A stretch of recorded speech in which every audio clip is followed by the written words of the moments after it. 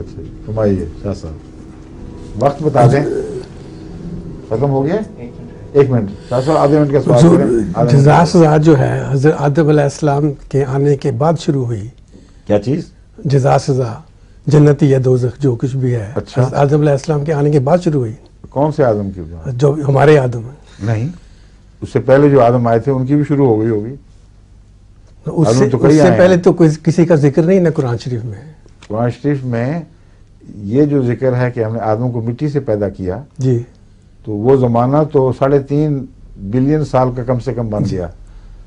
تو اس عرصے میں جس آدم کو آپ نے پہچانا وہ تو 5000 سال پہلے گزرا۔ جی، وہی میرا سوال یہ ہے، اس سے پہلے میرا جواب ہے ان کا کیا جزا سزا ہوگا؟ آپ کہتے ہیں ذکر نہیں قرآن میں، میں تو کہہ رہا ہوں کہ اگر آغاز آدم کا اس کے پیدائش کا آغاز لے لیں تو بے شمار دور ہیں جن میں الگ الگ آدم پیدا ہوتے چلے گئے ہیں، اور بعضوں کی جزا سزا اسی دنیا میں حل ہو گئی ہے۔